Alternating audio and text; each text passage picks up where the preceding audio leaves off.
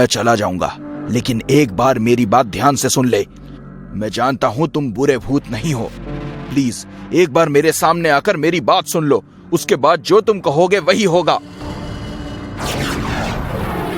सेठ, मुझे इतनी रिक्वेस्ट करने की जरूरत नहीं है आपको। बोलो क्या बात करनी है। मैं जानना चाहता हूं कि आखिर आप क्यों इस घर को तोड़ने से रोकना चाहते हो, जबकि ये मेरा है। शंभू राम को जानते हैं आप? शंभू राम? आप शंभू काका की बात तो नहीं कर रहे? हाँ, उन्हीं की बात कर रहा हूं मैं उन्हें कैसे भूल सकता हूं? वो तो हमारे केयर टेकर थे। मेरा बचपन उनकी गोद में ही बीता है। उनके कंधे पर बैठकर तो मैं पूरा शहर घूमता था। लेकिन जब मैं 9 साल का हुआ तो घर वालों ने पढ़ाई के लिए मुझे विदेश भेज दिया। उसके बाद उनसे कभी मिलना नहीं हो पाया। लेकिन भूत बाबा, आप उनके बारे में क्यों पूछ रहे हैं? क्योंकि छोटे मालिक, मैं ही आपका वो शंभू काका हूं, जो मरने के बाद भी अपनी जिम्मेदारी निभा रहा है। मैं आपकी भावनाओं की रिस्पेक्ट करता हूं शंभू काका, लेकिन ये काम मैं अपने स्वार्थ के लिए नहीं कर रहा। मेरी एक जगह है जिसे कुछ लोगों ने कब्जा कर रखा है। मेरे बिजनेस पार्टनर्स उन्हें हटाना चाहते हैं, लेकिन मैं चाहता हूं कि उनके सर छत बनी रहे, इसलिए इस जगह पर उन्हें घर बनाकर देना चाहता हूं। मेरी परिस्थिति अभी भी ऐसी नहीं है काका कि मैं कहीं और जमीन खरीदकर उन्हें बसा सकूं। पिताजी के एक हादसे में अचानक मौत हो जाने से उनके पैसों का मेरे पास कोई हिसाब नहीं है, इसलिए प्लीज मुझे यह काम करने दें। आपने तो मुझे रुला ही दिया छोटे मालिक। मुझे पहले पता होता कि एक नेक काम के लिए घर तोड़ रहे हैं तो मैं आपको कभी नहीं रोकता। मुझे माफ कर दीजिए, मैं यहाँ से चला जाऊंगा, लेकिन उसके लिए आपको मुझे पिछले 20 साल की सैलरी देनी होगी। सैलरी? मैं मजाक कर रहा हूँ। अब ध्यान से सुनिए छोटे मालिक, आपके पिताजी ने BHD, ISISI और STB बैंक के लॉकर में अपने हर एक पैसों का हिसाब रखा हुआ है। जाओ ले लो। आपको कैसे पता? बड़े मालिक ने ही मुझे बताया था, शायद आज के दिन के लिए ही। चलता हूं, हमेशा खुश रहिए। शंभू काका, मैं आपसे वादा करता हूं, इस जगह पर पिताजी की मूर्ति के साथ साथ आपकी भी मूर्ति बनवाऊंगा।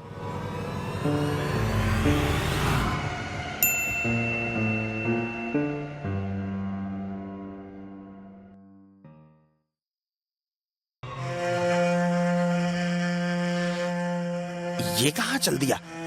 पीछा करना होगा।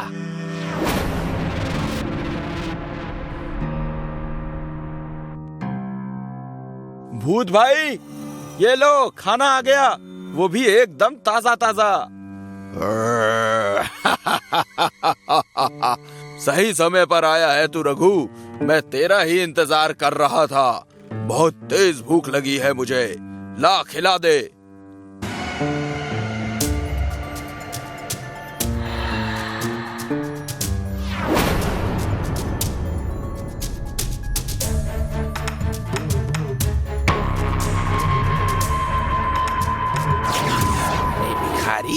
मेरे होते हुए तुम रखोगे सोना?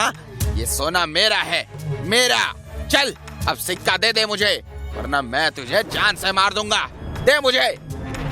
लाला जी लालच में आकर मेरे पीछे पड़ गए। अगर कल किसी और को भी पता चला तो वो भी मेरे पीछे पड़ेगा। आखिर मैं ऐसे कब तक भूत के चंगुल में उलझा रहूंगा? अगर किसी दिन भूत को खाना नहीं मिला तो वो मुझे ही खा जाएगा। कुछ भी हो, अब इस झंझट से मुझे बचने के लिए कोई ना कोई उपाय निकालना ही पड़ेगा। अरे हाँ, मेरे पास तो गंगा जल है, इससे तो भूत भाई को मुक्ति मिल सकती है।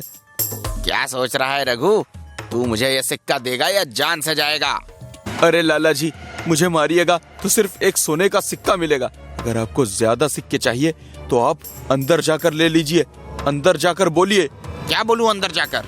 ज्यादा कुछ नहीं, आप बस बोलिएगा, मैं भोजन हूँ, मुझे सिक्का दो।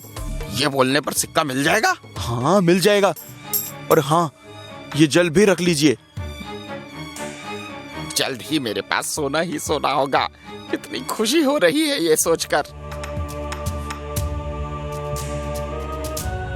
मैं भोजन हूँ, मुझे सोने का सिक्का दो। भोजन? तुझे रघु ने भेजा है क्या? हाँ, रघु ने भेजा है। अब मुझे सिक्का दो, वरना मैं तुम्हें जान से मार दूंगा।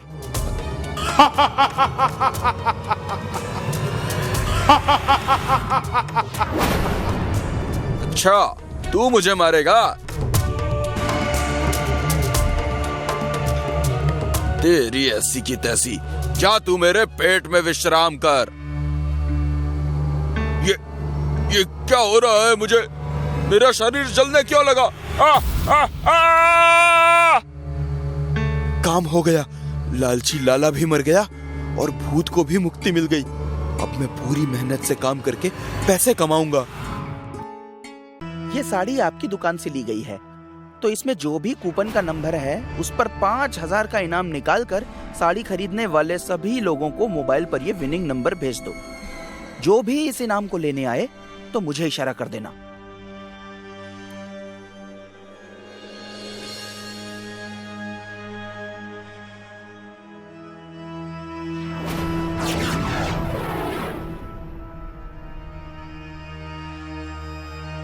नहीं दया बेटा, ये वो आदमी नहीं है। टेंशन मत लो माँ, ये वो आदमी नहीं है तो क्या हुआ, जाएगा ये उसी आदमी के पास। चलो भाई, उस बाइक के पीछे चलो जल्दी।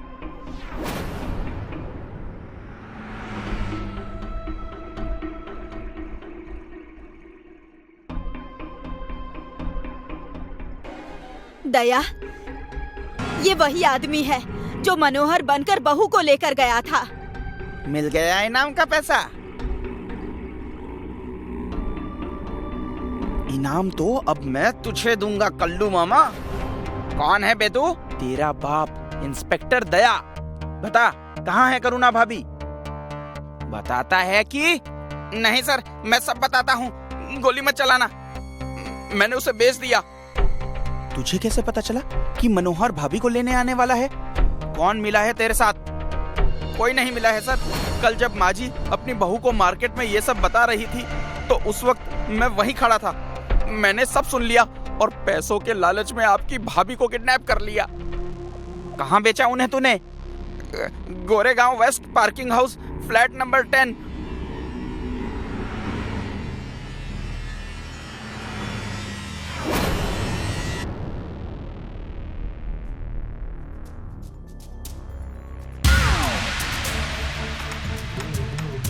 बस करो सेठ जी, अभी के लिए इतना ही बहुत है। बाकी कपड़े हम पुलिस स्टेशन में उतार देंगे।